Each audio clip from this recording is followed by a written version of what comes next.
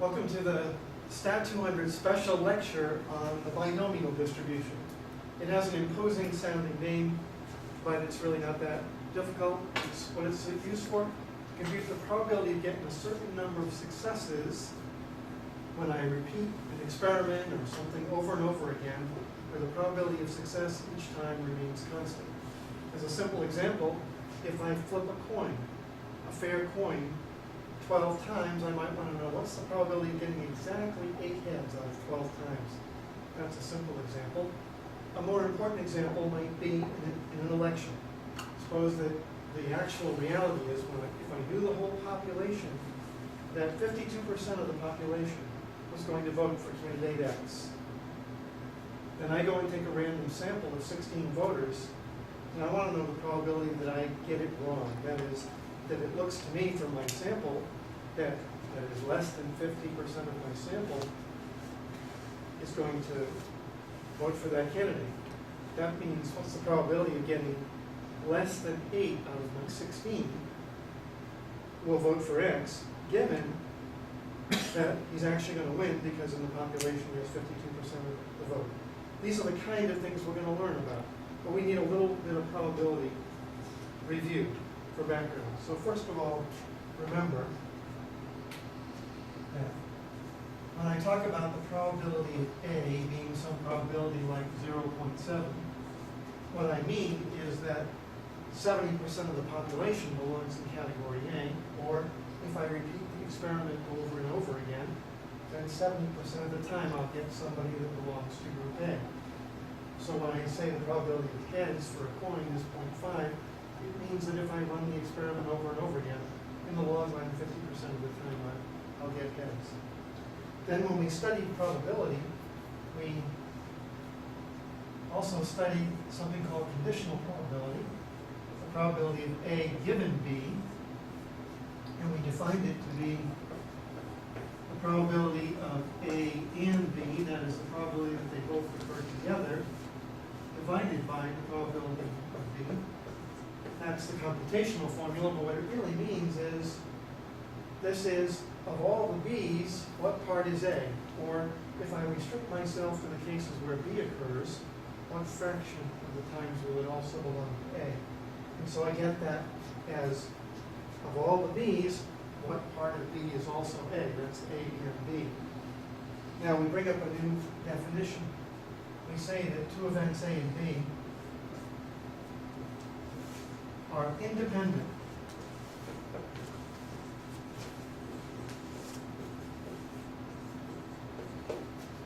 if the probability of A given B is exactly the same thing as the probability of A. Or in other words, the fraction of the whole population that's A is exactly the same as the fraction of the B's that belong to A. And we'll use this idea as we develop the binomial distribution. Okay, so remembering this definition, I'm going to erase this now, and then we'll look at what this means and do an example.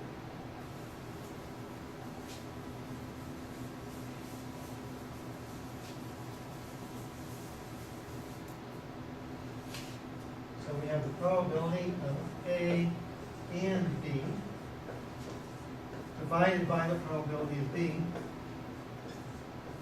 That's my definition of the probability of A given B. And if the two events are independent, then this is the same thing we just defined as the probability of A. Again, the fraction of the whole population that's A is the same as the fraction of B. This piece of the population that's B is A. But notice what happens if these two things are equal. I can multiply both sides by the probability of B. That's always a legal thing to do, multiply both sides by the same thing.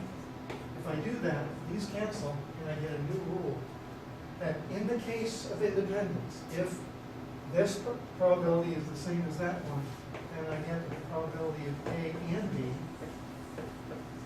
is the same as the product of the two probabilities. This doesn't always work, it usually doesn't work. But in the case of independence, that's what I have. And so when I have independence, I can really think of it as a license to multiply.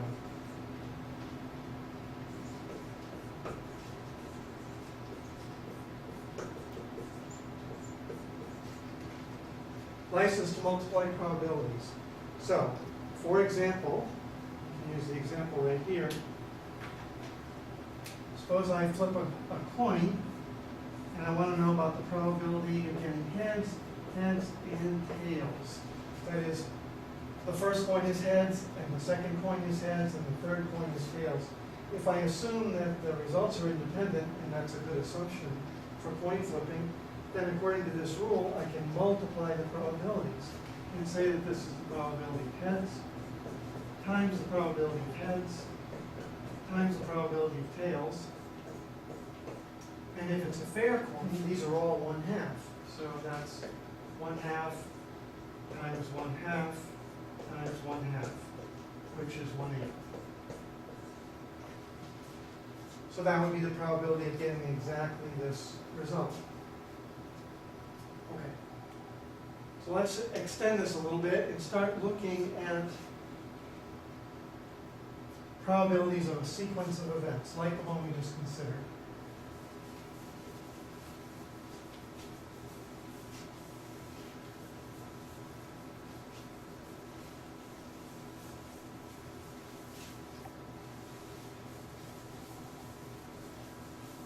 But first, let's just do one little counterexample. Suppose I have the following, that the probability of some event A is 0.7, again we'll use, and the probability of another event B is 0.6.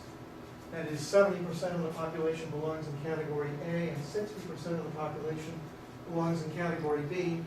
But the overlap, the probability of A and B, is 0.4. That is, only 40% of the population belongs in both categories simultaneously. And remember, we can draw this as a little diagram, Venn diagram. So here's my category A with 70%, my category B with 60%, and A and B is just that overlap. In this case, we said it was 40%. And by definition, the probability of A given B is equal to the overlap, 0.4, out of the second one, probability of B, 0.6, and that's the same as 2/3, or 0.6667. Now notice in this case, the probability of A and B, A given B, is different from the probability of A. 0.7 and 0.667 are different numbers, so in this case we don't have. So in this case, A is not, or A and B are not independent.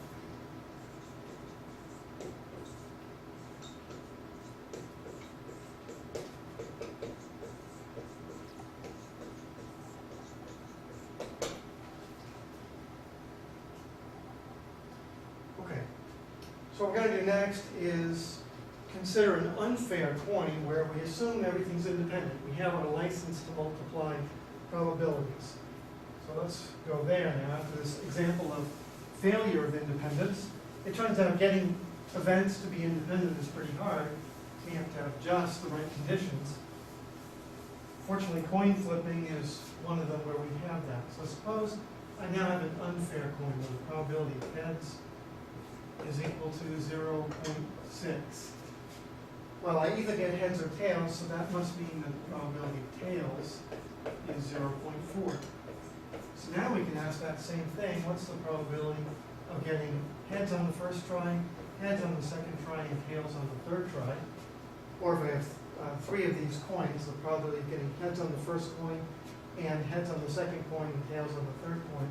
Again, if I assume independence, which I'm going to do for this whole exercise, then this means I just take the probability of heads times the probability of heads, because independence is a license to multiply probabilities.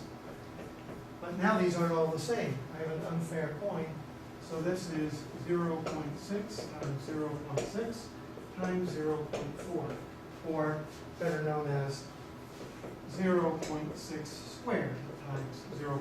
But I want to write that a little bit shorter.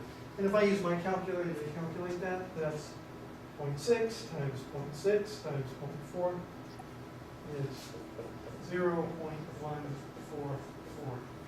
Now that's not equal to an 8, which we had when the coin was fair. I've raised the probability, right? This is actually 1/8 is 0.125. So now I've got a higher probability of getting heads, heads, tails than I did in the fair coin case. And again, I'm using the fact that coin flips are independent, so I can simply multiply the probabilities.